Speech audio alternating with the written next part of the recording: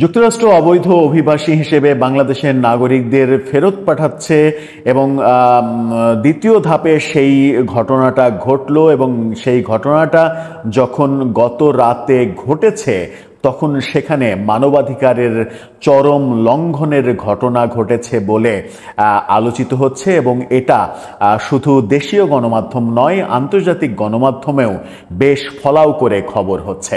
যে মানবাধিকারের ফতোয়া যুক্তরাষ্ট্র আমাদেরকে সব সময় দেয়, সেই যুক্তরাষ্ট্র হঠাৎ করে বাংলাদেশি নাগরিকদের ওপরে এমন বেপরোয়া মানবাধিকার লঙ্ঘন কেন করলো? যখন আমরা দেখছি যে যুক্তরাষ্ট্র বাংলাদেশের সঙ্গে ভালো সম্পর্ক তৈরি করার চেষ্টা করছে, যুক্তরাষ্ট্র বাংলাদেশ সরকারের কাছ থেকে নানা ধরনের সুবিধা আদায় করে নিচ্ছে, শুল্ক আরোপের ছদ্মবেশে বাংলাদেশের কাছ থেকে বহু ব্যবসা আদায় করে নিয়েছে। বাংলাদেশের বর্তমান সরকার যুক্তরাষ্ট্রের সঙ্গে ভালো সম্পর্ক তৈরি করার জন্য অনেক কিছু স্যাক্রিফাইস করেছে, করিডোরে রাজি হয়েই গিয়েছিল প্রায়, সেখান থেকে সরকার পিছু হটতে বাধ্য হয়েছে সেনাবাহিনী সহ দেশের আপামর জনগণের বিরোধিতার মুখে।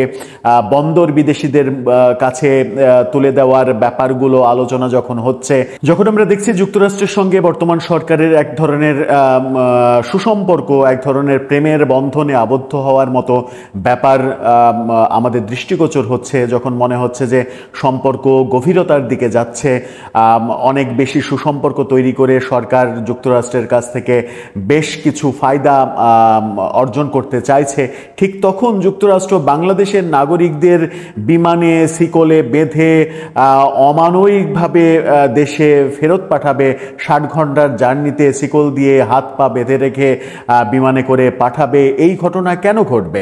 কেন তারা যদি অপরাধীও হয়, কেন তাদেরকে স্বাভাবিকভাবে পাঠানো হবে না? কেন তাদের খাবার দেয়া হবে না? কেন তাদের পানি দেয়া হবে না? এই প্রশ্নগুলো আসে।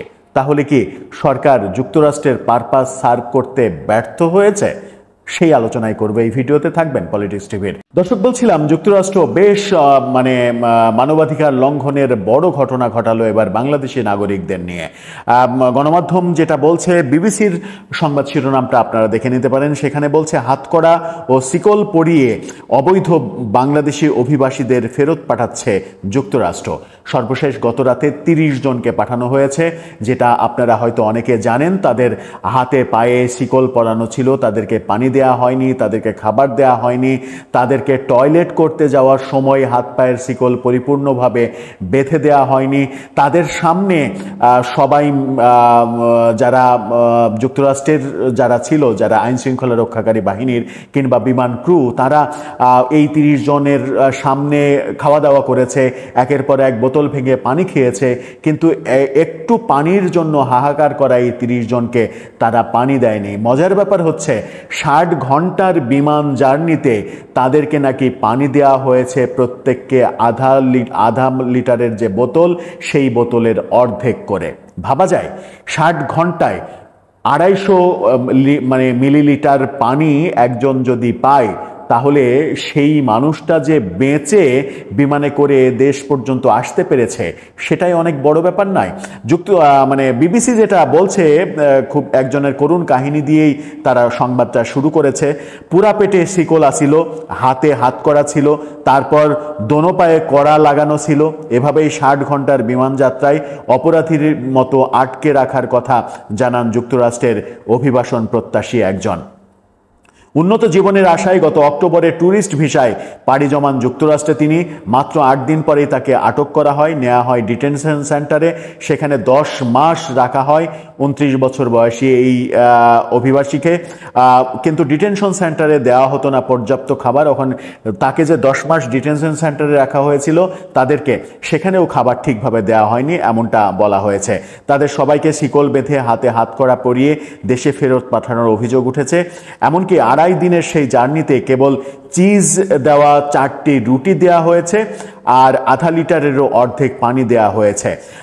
বলেছেন তারা পানির জন্য ধরেন গলা শুকায়ে গেছে, আমরা এত পানি চাইছি, আমাদেরকে ওনারা পানি দেয় নাই, কিন্তু ওনারা ঠিকই একটার পর একটা বোতল খুইলা পানি খাইতেছে, এই খাবার খাইতেছে, ওই খাবার খাইতেছে, কিন্তু আমাদের কোনো গুরুত্বই নাই, এমনটা তারা বিবিসির কাছে বর্ণনা করেছে। 30 জনকে পাঠানো হয়েছে এবং 30 জনকে নারী সহ 30 জন বাংলাদেশ, তার মধ্যে নারীও ছিলেন।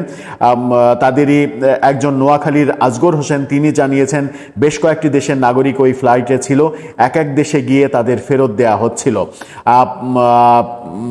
এই সফরে যখন তাদের হাতকড়া খোলা হয়, বিমানবন্দরে আসার পরে রাত 2টার দিকে বিমানবন্দরে আসার পরে তাদেরকে 3 ঘন্টা রানওয়েতে বিমান থাকে, তারপরে তাদের হাতকড়া খুলে দেওয়া হয় এবং তারপরে বিমানবন্দরে নিয়ে আসা হয়। বিবিসি বাংলা বেশ একাধিক ছবি তারা দিয়েছে, সেই ছবিগুলো আপনারা 3-4টা ছবি তারা দিয়েছে, ছবিগুলো আপনারা দেখে নিতে পারেন। সেখানে ব্যাপারগুলো স্পষ্ট করার চেষ্টা করেছে তারা, এবং এটাকেই বলা হচ্ছে মানবাধিকার লঙ্ঘন।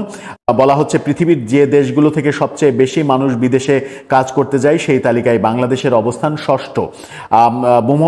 আবার ভূমধ্যসাগর পাড়ি দিয়ে অনিয়মিত পথে যারা ইউরোপে প্রবেশ করে সেই তালিকায়ও গত 1 দশক ধরে বাংলাদেশ প্রায় শীর্ষ দেশগুলোর একটি। এই ব্যাপারে তার মানে হচ্ছে যে বাংলাদেশ থেকে বিদেশে কাজ করার সংখ্যা অনেক বেশি এবং বিদেশে অভিবাসী হিসেবে যাওয়ার সংখ্যা বেশি। বিদেশে কাজের জন্য যেমন যায় তেমনি স্থায়ীভাবে থাকার আশাতেও বাংলাদেশের নাগরিকরা প্রায়ই বিদেশে পাড়ি জমান। কিন্তু ব্যাপার হচ্ছে যে যুক্তরাষ্ট্র যখন এই যে অমানবিক ঘটনা সামান্য একটু বর্ণনা করলাম, এই ঘটনা কেন যুক্তরাষ্ট্র প্রশাসন ঘটালো সেটাই সব থেকে বড় প্রশ্ন। তাহলে কি সরকারের সঙ্গে যে কানেকশন তৈরি করার কথা আমরা শুনছিলাম সেই কানেকশনটা আর নেই?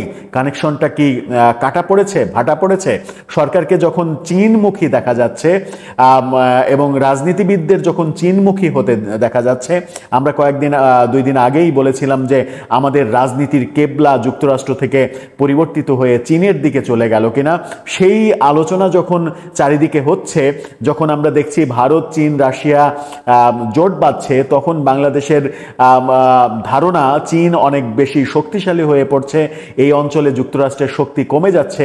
তখন চীন অভিমুখে আমাদের যাওয়ার যে মানসিকতা এবং করিডোর যুক্তরাষ্ট্রকে দিতে ব্যর্থ হওয়ার সরকারের যে ব্যাপার, করিডোর সহ বিভিন্ন ব্যাপার যে আলোচনা চলছিল, সেন্ট মার্টিন দ্বীপ করিডোর, আরাকান আর্মিদের বিশেষ সহযোগিতা করা, এই ব্যাপারগুলো সরকার যেহেতু যুক্তরাষ্ট্রের পারপাস সার্ভ করতে পারছে না, সেই কারণে সম্পর্কের অবনতি ঘটল কিনা সেটা একটা বড় বিষয়। নাকি ব্যাপারটাকে এইভাবে ব্যাখ্যা করা যাবে যে যুক্তরাষ্ট্র যেটা করেছে এটা একটা কমন ব্যাপার, তারা মনে করেছে তাদের দেশে অবৈধ মানুষ গিয়েছে, তাদেরকে ফেরত পাঠিয়েছে। কিন্তু এভাবে ফেরত পাঠাতেই পারে, তারা তাদের দেশে রাখবে না, তারা অবৈধ মনে করেছে, প্রমাণ পেয়েছে, ফেরত পাঠাবে, খুবই স্বাভাবিক, বিমানে ফেরত পাঠাবে। কিন্তু হাত পা শিকলে বেঁধে ফেরত পাঠাবে, তাদেরকে পানি দেওয়া হবে না, খাবার দেওয়া হবে না।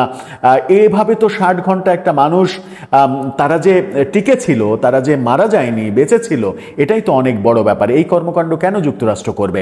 এটা যদি সাধারণ কর্মকাণ্ড হয়ে থাকে এটা তো করার কথা নয়। তাহলে ব্যাপারটার মধ্যে কি এটা বলা যায় যে ডাল মে কুছ কালা হ্যায়? যুক্তরাষ্ট্রের সঙ্গে আমরা সম্পর্কের গভীরতায় যেতে চাইলেও সেই গভীরতা আমরা স্পর্শ করতে পারিনি, সেখানে আমাদের ব্যর্থতা এখন দেখা যাচ্ছে এবং সরকারের সঙ্গে যুক্তরাষ্ট্রের সম্পর্কটা খুব একটা ভালো যাচ্ছে বলে মনে হচ্ছে না এই কার্যক্রমের ভিত্তিতে।